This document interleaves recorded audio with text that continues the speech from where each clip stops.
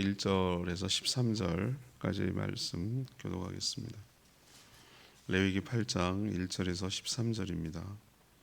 오늘은 5월 13일 토요일 아침입니다. 5월 13일자 본문 레위기 8장 1절에서 13절까지의 말씀 교독하겠습니다.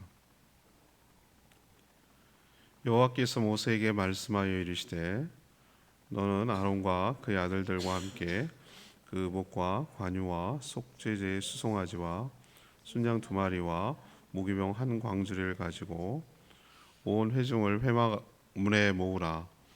모세가 여호와께서 자기에게 명령하신 대로 하매 회중이 회막문에 모인지라.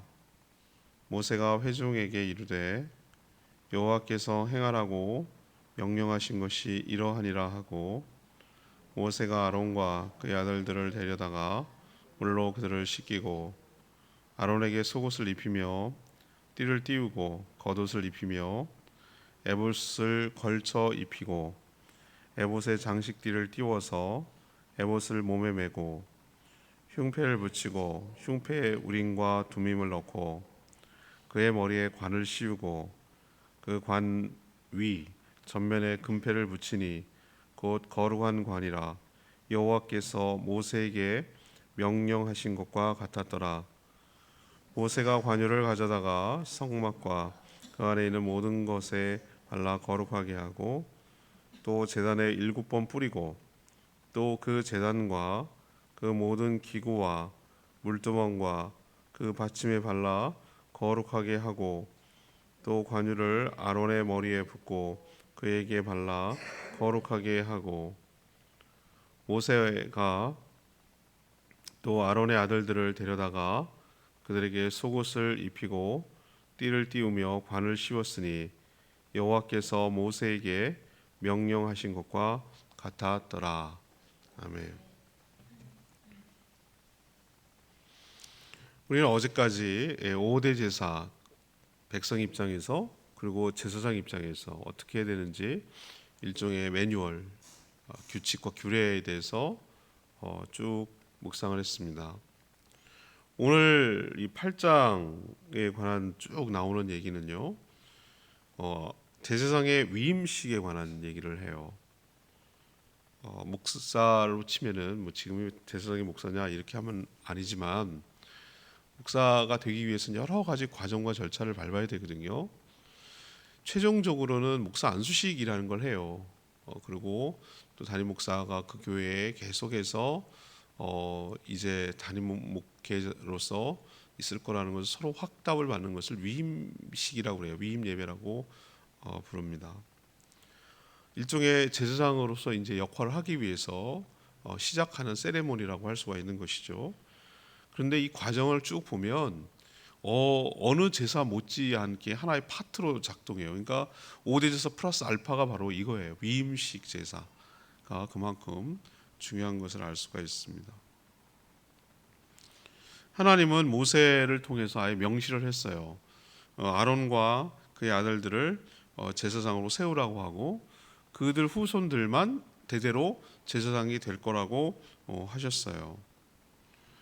준비하는 과정이 있어야 됩니다. 필요한 물품이 있는데 여러 가지 제사장이 입어야 할 옷 그리고 여러 드려야 할 제물들을 준비하고요.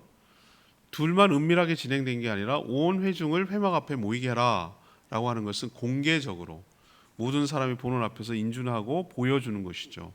그래야 권위가 생기니까. 그래서 그렇게 공개적으로 했다는 것을 위임식을 했다는 걸 알 수 있습니다.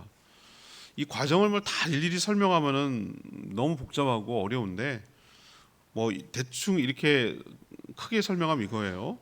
먼저 그 제사장 될 사람들을 물로 씻깁니다. 근데 저는 좀 희한한 게 모세가 아론이 형이잖아요.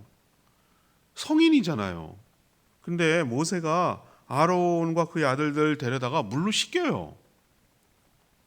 스스로 씻는 게 아니라 씻겨주는 거예요. 이 수동태가 저는 굉장히 인상이, 여러분은 그 쉽게 간과하고 넘어가죠. 나 안 넘어갈 수도 있고 넘어갈 수도 있는데 아무튼 그냥 뭐 그게 뭐가 대수야. 근데 저는 굉장히 그 의미가 다르게 다가왔어요. 스스로 씻는 게 아니에요. 씻겨주는 거예요. 그리고 나서 복장을 갖추게 합니다. 제일 먼저 속옷 입고 띠 띄우고 겉옷 입고 그다음에 에봇, 그리고 띠 띄우고 흉패 달고 거룩한 관을 씌우고 이런 순서대로 복장을 갖추도록 했어요. 그리고 이 특유한 게 여기서 나오는데 관유라고 부르는 특별한 기름이에요. 이게 특별하게 제조된 거, 거룩한 일에 사용하기 위해서 만드는 특별한 기름이에요.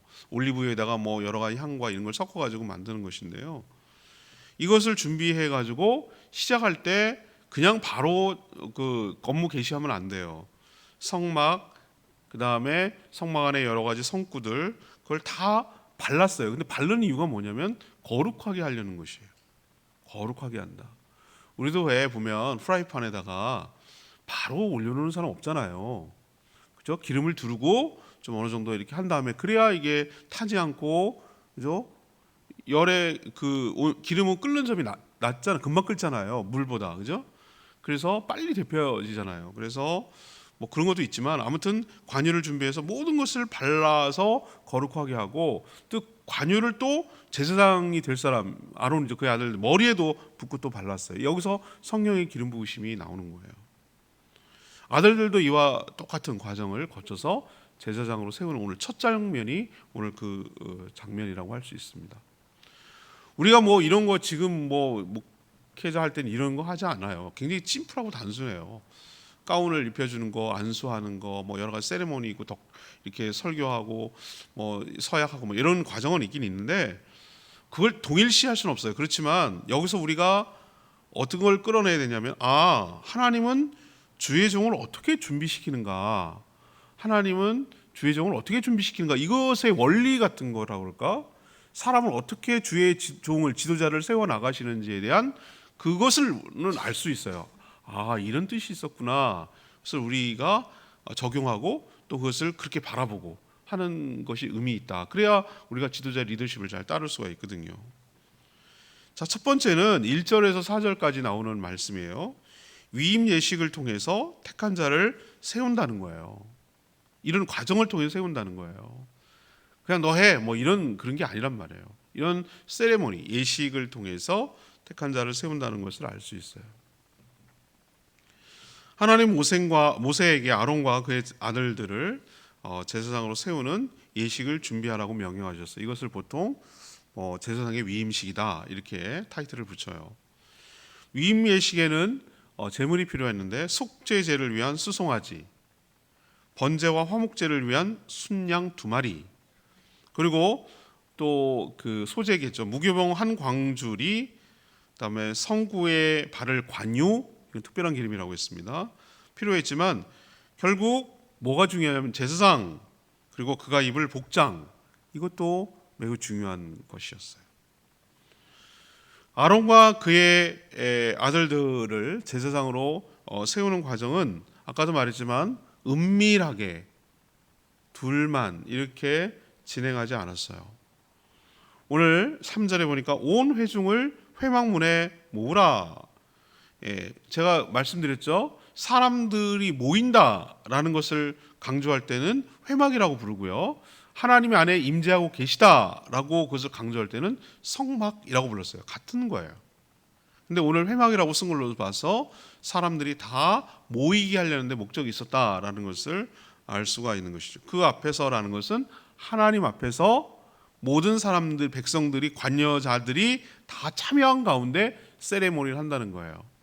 우리도 목사 안수할 때 그 모든 성도들이 다 보는 가운데 주의 종들도 노예 다 참여해서 그렇게 주의 종을 세우는 것을 우리도 알 수가 있습니다.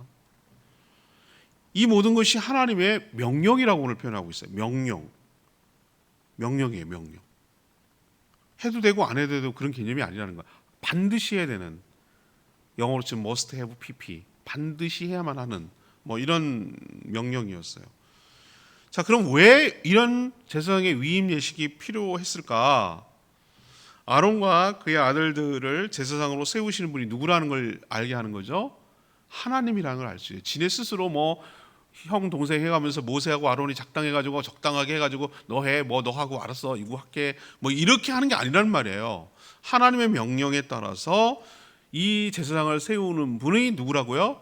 하나님이라는 것을 모든 백성들이 알게 하려는, 그래서 그 세워지는 제사장에게 영적 권위를 위임하는, 그래서 그 백성들이 아론과 그의 아들들의 제사장의 말에 그가 하는 모든 일에 따르고 순종하도록 하는 그런 이유 때문에 이런 공개적인 위임 예식을 거행했던 것이죠.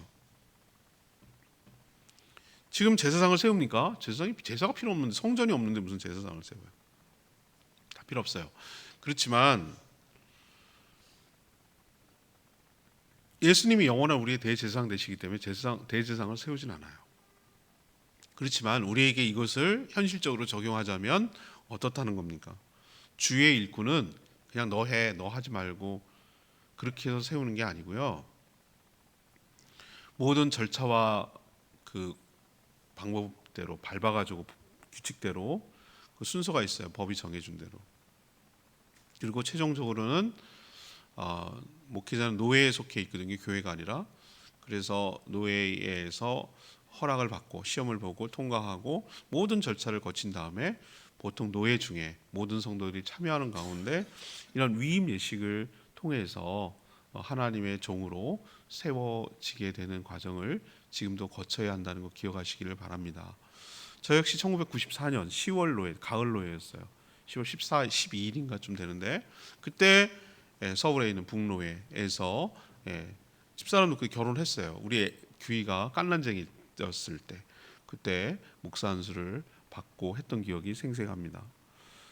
자, 이런 절차를 밟지 않고 무시하고 자기 멋대로 교회에서 장로를 세우고 안수 집사를 세우고 그러다가 우리 노회에서도 크게 징계를 받아서 결국 면직, 목사직 박탈하는 일까지 생기는 일이 있었어요. 그만큼 이 절차와 방법, 이 모든 것들을 중시하고 이 지금은 제사장은 아니지만 모든 주의 종들을 세울 때는 절차와 방법과 위임 예식을 통해서 진행되어야 되는 것이지 너해 뭐 이런 식으로 임명해서 그렇게 되는 것은 아니다라는 것을 여러분 꼭 기억하시기를 바랍니다. 왜 그렇습니까? 하나님이 세우셨다라는 것, 그리고 그 리더십에 따르겠다라는 백성들의 암묵적 함의가 있어야 된다는 것, 이런 것 때문에 절차를 밟는다는 것 기억하시길 바랍니다. 자, 두 번째 어떤 과정을 통해서 주의 종들을 세우는가? 5절 9절 말씀인데요. 직분에 합당한 준비를 갖추게 하시는 것을 볼 수 있어요. 아론과 그의 아들들을 제사장으로 세우는 과정은 우리가 보기에 매우 까다롭고 복잡해 보였어요. 먼저 그들을 물로 씻겼습니다. 스스로 씻는 게 아니라고 제가 말씀드렸죠. 더럽고 추한 것들을 정화시키는 과정이 필요했던 것이에요. 우리도 그 깨끗하지 못한 상태에서 무엇을 사용할 수는 없잖아요. 모든 식재료 같은 거나 이런 걸 보면 어떡합니까? 전부 다 깨끗하게 씻고 시작하잖아요. 우리도 중요한 일이 있을 때 뭐 합니까? 목욕 제기한다고 그러잖아요. 목욕 제기. 깨끗하게 몸과 마음을 정갈하게 하고 어떤 예식에 참여하죠. 그죠? 그런 거와 비슷해요. 사실 제가 이 말씀을 드리고 싶었어요. 아론은 광야에서 그 출애굽하고 나서 얼마 되지 않아 가지고 금송아지를 만들어 가지고 백성들을 타락시키는데 어떤 면에서는 주도했던 자예요. 여러분 출애굽기 기억나시죠? 통독하시죠? 기억나시죠? 그 금송아지를 만드는 과정 중에 중심에 있었어요. 그때 그 난리가 난 거 여러분 기억나십니까? 정말 한바탕 큰 소용돌이가 휘몰아치고 여러 죽었잖아요. 하나님 얼마나 분노했는지 그 대목에서 알 수 있잖아요. 뭐 이렇게까지 하나님 만들었다는데 하나님 질색팔색하시는 것 보고 우리가 깨닫는 거가 있어요. 하나님 어떤 형상으로든 만들지 말, 나라고 하고 만들지 말라는 거예요. 하나님께서. 하나님 거기에 제약받거나 잡신이 아니에요. 우상이 아니에요. 잡신, 세상에 말하는 그런 급이 아니라는 거예요. 하나님은 어떤 형상도 만들지 말라. 그게 거기서 나온 것인데 십계명 받고 내려와서 그 모양을 했으니 뭐 얼마나 화가 나셨겠어요. 자, 우리 같으면 아주 결격 사유가 있는 거예요. 우상 숭배, 우상을 만드는 제작하는데 깊숙이 관여한 사람을 하나님의 종으로 쓴다? 안 죽은 것만 해도 다행이야. 안 죽은 것만 해도. 맞죠?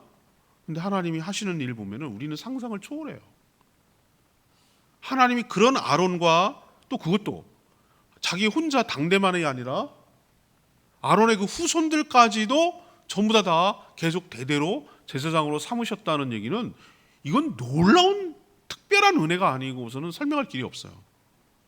그건 하나님 마음이지만 우리 같으면은 이 사람은 안 되겠는데요? 이렇게 생각하겠다. 아니에요. 하나님 쓰신다니까요. 그런 그도 하나님이 택하여 쓰시는 것이죠. 그렇지만 그냥 쓸 수는 없는 것이고 부정한 것들을 다 씻기고 또 정결하게 하신 후에 사용하시는 것을 볼 수 있습니다. 그리고 나서 옷을 입혀요. 특별한 그 제사장의 옷이죠. 배우로 만든 속옷을 입히고 또 거기다 이제 띠를 띄워요. 옷만 입으면 안 내려가니까. 또 겉옷 입히고 그 위에다가 에봇을 걸쳐 입게 하고 장식띠를 하게 하고, 이게 벨트를 해야 이게 안 흘러내리고 단정하니까. 그다음에 흉패를 붙이고, 이게 붙이는 거 있어요. 보석으로 박힌. 그리고 거기에 우림 둠빔, 이건 하나님의 뜻을 물을 때 사용하는 주사위 같은 그런 거예요. 그것을 넣고 머리에 금으로 만든 거룩한 관을 씌우고, 이런 모습이 나왔어요. 이것이 바로 제사장의 전형적인 복장이 되었어요. 왜 이런 복장이 필요할까요? 하나님이 명령한 직무를 수행할 때는 그것은 어떤 자연인 아론이 수행하는 것이 아니에요. 그때는 제사장 아론이 직분자로서 섬긴다는 뜻이에요. 생명을 다루는 거룩한 직분일수록 복장이 존재한다는 거 여러분 기억나십니까? 저도 성례를 집행할 때, 예를 들면 두 가지 성례가 있는데 성찬 그리고 세례를 집례할 때는 반드시 제가 목사 안수 때 받았던, 그때 제자기에서 받았던 목사 가운을 입고 집례를 합니다. 그렇죠? 근데 항상 그런 거 입고 하는 분이 있는데 저는 뭐 그렇게까지 그것까지 내가 봐주겠는데 박사 가운을 입고 설교하는 분 저는 좀 아니라고 봐요. 목사가 박사는 아니거든요. 근데 꼭 박사 가운, 그러니까 다른 거는 박사도 아니라 이거지. 그래야 권위가 생기는 거 아니에요.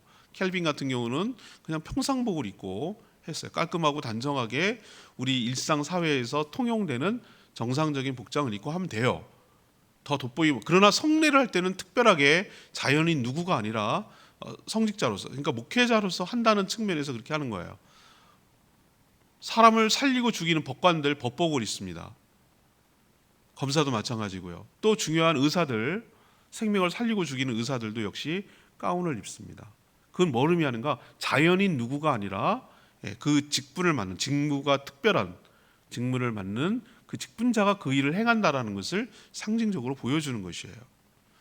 마찬가지로 지금 제사장은 자연인 아론과 그의 아들들이 하는 게 아니라 대제사장 또는 제사장으로서 이 직분을 한다라는 것을 가시적으로 보여주기 위해서 이런 특유한 고유의 복장이 존재했던 것이죠. 여기서 우리에게 알 수 있는 것은 무엇입니까? 그 사람이 완벽해서 하나님이 쓴다는 게 아니에요. 아론이 완벽하지 않아요. 아까도 말씀드렸잖아요. 금송아지를 제작하는데 주도했던 인물이라고. 근데 그를 하나님 택해서 제사장으로 쓰시는 애가 크다고 제가 말씀드렸어요. 그 허물과 죄악이 그 자연인인 아론이 제사장 복장을 갖춰 입음으로써 가려지고 숨겨지고, 그리고 그는 아론이 아니라 제사장으로서 그 직무를 수행하고 있다는 것을 우리에게 가르쳐주고 보여주고 있는 줄로 압니다. 우리도 마찬가지예요. 하나님께서 우리에게 더러운 죄악을 다 가져가시고 의의 옷을 우리에게 덧입혀 주셔서 예수님처럼 우리가 의로운 자가 되어 한 왕 같은 거룩한 제사장으로서 사역을 감당하도록 하는 것이지, 우리가 완벽해서 완전해서 불완전하지 않아서 죄가 없어서 우리를 사용하는 거 아니라는 거 여러분 꼭 명심하시고 그 은혜에 감사하며 감격하며 직분을 잘 감당하는 저와 여러분 되기를 소망합니다. 하나님 그냥 시키는 것이 아니라 직분에 합당한 것들을 준비시킨 다음에 그 일을 시킨다는 거 기억하시길 바랍니다. 마지막 세 번째가 오늘 진짜 하고 싶었던 얘기인데요. 10절에서 13절까지 말씀이에요. 성령 충만하여 거룩하게 만드신다라는 것을 알 수 있어요. 하나님은 모세에게 이 위임식을 준비하면서 관유라고 하는 특별한 기름을 준비시켰어요. 그리고 그 기름을 성막 곳곳에 그 안에 있는 모든 성구라고 말하는 것은 모든 성구는 되게 많습니다. 성소, 그다음 지성소, 뭐 여러 가지 많거든요. 등단, 등장대도 있고 뭐 분향단도 있고 떡상도 있고 번제단도 있고 물두멍도 있고 많죠? 되게 많아요. 성막 휘장도 있고 여러 가지 있어요.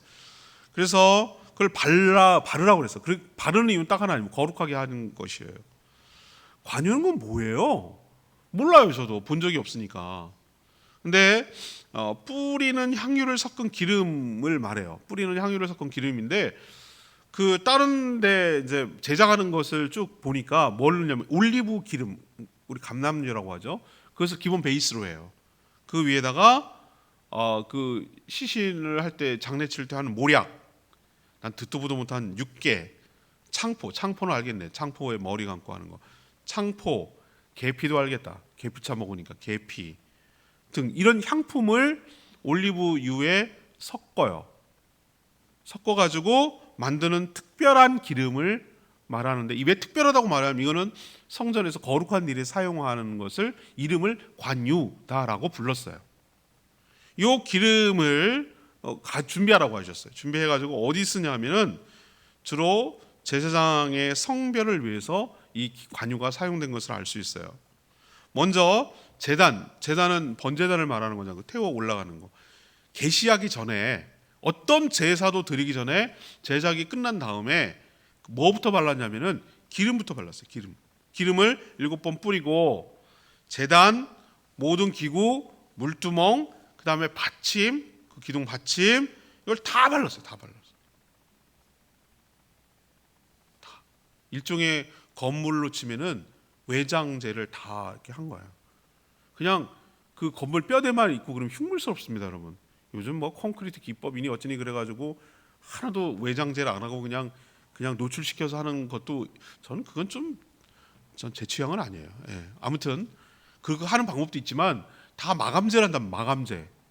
그 흉물스럽게 그냥 놔두지 않고 겉에를 다 보기 좋게 사람들이 살기에 부족함이 없도록 아늑하게 그렇게 보기 좋게 이렇게 부담이 없도록 또 건강 상하지 않도록 이게 마감재를 잘 예쁘게 해야 건물이 살아나죠. 일반 건물도 그럴진데 이거는 그런 어떤 윤활유를 바른다는 개념이 아니라 거룩한 기름을 바른다는 의미가 훨씬 더 강해요. 그리고 아론과 아들들도 아론처럼 동일한 과정을 했는데 아론의 머리 위에다가 이렇게 붓고 또 발랐어요. 전 찝찝할 것 같아. 좀 성격상 그래요. 머리에다가 기름을 바른다고? 머리 기름 바르나? 그 정도로 아니라 수염이 떨어진 정도라고 해서 아론의 수염이 이렇게 떨어진다고 그랬으니까 꽤 많이 발랐던 걸 알 수 있어요. 어떤 분은 세례 줄 때 보면은 물을 이렇게 하니까 막 터는 사람이 있어. 근데 경망스러웠어요. 더 많이 발랐어야 되는데 부을 걸 그랬나? 뭐 이런 생각도 하고 그러는데 특히 어린애들 유아 세례 줄 때 막 자지러지게 웁니다. 그래서 아이들 할 때 그런 것도 가르쳐줘요. 아이들 유아 세례하고 그럴 때 너무 차거나 뜨거운 물로 하지 마라. 애들 놀래가지고 막 이러니까 그래서 미지근하고 상온, 체온에 가까울 정도로 그렇게 하라고 하는 지침도 가르쳐줘요. 가면은 그런 노하우를 가르쳐주는 거예요. 아무튼 그런데 기름을 충분히 발랐어요. 흘러내릴 정도였어요. 다 모두 다. 그 왜 그랬을까? 왜 그랬을까? 저는 생명을 불어넣는 작업이라고 저는 생각을 합니다. 사람이 흙으로 하나님이 만드시고 그 안에 생기고 하나님의 영을 불어넣었을 때 살아있는 영, 생영이 된지라. 피노키오에게 나무였는데 그죠? 거기다가 두니까 나무가 사람처럼 살아있는 생기가 돌았죠. 우리도 그런 거 많잖아요. 무엇을 만들어 놓고 뿅 하고 하면은 이렇게 막 움직이고 하는 거. 저는 뭐 비유가 적절한지 모르겠지만 그런 거 과정 같아요. 관유를 바르기 전에는 평범한 그냥 기구였고 평범한 사람들이었어요. 그러나 관유를 통해서 하나님은 그들을 구별된, 다른 것과는 다른 구별된 거룩한 사람들로 만들었어요. 거룩함이 뭐냐? 거룩함의 제일 근접한 개념은 구별됨이에요. 다른 거와 다른 거예요. 분명히 차이가 나는 것이. 분리되는 건 아닌데 분명히 다른 것과 이것과 이거는 다른 거예요. 차이가 나는 거예요. 이거 구별됨에 가까운 개념이 거룩이에요. 거룩은 구별됨이에요. 이제 너는 제사장 아닌 사람들과 다른 사람들이야. 왜? 다른 사람은 관유를 붙지 않잖아요. 이 기구들은 다른 집에서 사용하는 사용하는 그런 기구랑 모양은 비슷할지 모르지만 달라. 집에도 대야가 있을 것이고, 그죠? 집에도 고기 구워 먹어야 되니까 석쇠가 있을 건데 그런 기능이 똑같다고 똑같은 게 아니야. 이거는 하나님께 제사를 드리기 위한 특별히 구별된 성구, 거룩한 기구야라는 의미를 부여하기 위해서 관유를 사람과 성구에 모두 발랐다라는 것. 이건 이제 하나님만을 위해서 특별하게 사용되는 것이야라는 의미로 관유를 부었다고 봐요. 요즘 관유 붓습니까? 안 붓습니다. 관유 좀 벗으면 좋겠어. 어떤 사람은, 어떤 목사님은 난 그 막 흉내 냈다 그러더라고. 기름을 바르며 기도할지니 그랬고 막 식용유 사다가 막 기름 붓고 막 기도했대. 아니 뭐 그렇게까지 뭐. 하여튼 근데 그 정신은 좋아. 그 말씀대로 해보려고 하는 거는 좋으나 저는 이것을 어떻게 해석하냐면 구약에서 보면은 전부 다 기름 부으심을 성령의 충만함으로 대체 개념으로 생각하는 경우가 많아요. 이것이 신약에 넘어오면은 성령의 기름 부으심, 성령 충만함. 기름, 거룩한 기름. 이 관유는 거룩한 기름이잖아요. 거룩한 기름, 성령의 기름 부으심이 모든 것에 충만하게 적실 때, 바를 때 세상과는 다른 거룩한 구별된 존재로 쓰임 받게 될 줄로 믿습니다. 구약에서 누구가 기름 부었습니까? 왕, 제사장, 선지자. 이 세 직분을 세울 때 기름 부어서 세웠어요. 하나님께서 이 원리를 우리에게 적용하면 어떻습니까? 주의 종은 목회자만 안수하고 합니까? 아니요. 모든 성도들이 왕 같은 제사장이라고 제가 늘 말씀드렸어요. 하나님은 그냥 쓰시는 것이 아니라 모든 각 성도들에게 성령 충만한 기름을 부어주셨어. 성령의 기름을 부어주셨어. 구별된 삶을 살고 구별된 직분을 감당하도록 은혜를 부어주시는 줄로 믿습니다. 그걸 뚜렷하게 가르쳐주고 있잖아요. 오늘 말씀이. 이게 오늘 핵심 말씀이에요. 12절 말씀이 역시 레마의 말씀이었어요. 또 관유를 아론의 머리에 붓고 그에게 발라 거룩하게 하고. 요한 1서 2장 20절에 이런 표현이 있어요. 너희는 거룩하신 자에게서 기름 부음을 받고 모든 것을 아느니라. 이 표현이 나와요. 여기서 신약의 그 기름 부음이 성령이라는 것을 암시하는 아주 확실한 말이잖아요. 하나님께서 보내주신 성령을 기름 부으심으로 지금 표현하고 있구나라는 것을 알 수 있어요. 아론도 대단한 사람이 아니고 또 만들어진 성막 안의 성구도 특별한 재료는 아니에요. 그렇지만 아론이 대제사장이 되고 성막 안에 있는 성구가 거룩해지는 순간은 바로 하나님이 준비한 특별한 관유, 성령의 기름 부으심 때문에 그것이 가능해진 것이에요. 우리 역시 대단하고 특별한 사람이 아니에요. 저도 대단하고 특별한 사람이라고 생각하지, 오히려 평범 이하일 수도 있어요. 부족하고 연약한 것이 참 많은 사람이에요. 그렇지만 하나님께서 아론 같은 부족한 사람일지라도 들어서 쓰신다는 게 중요하고 그게 은혜고 감사한 것이죠. 우리도 평범하고 보통이에요. 아주 특출나고 특별한 사람 아니에요. 그렇지만 그런 자라도, 평범한 자라도 성령으로 충만하게 될 때, 성령의 기름 부으심이 있을 때 거룩하고 존귀한 자가 되어서 하나님 앞에 존귀하게 쓰임받는 복된 인생으로 살아가게 될 줄 믿습니다. 이런 축복이 여러분 가운데 있게 되기를 축원합니다.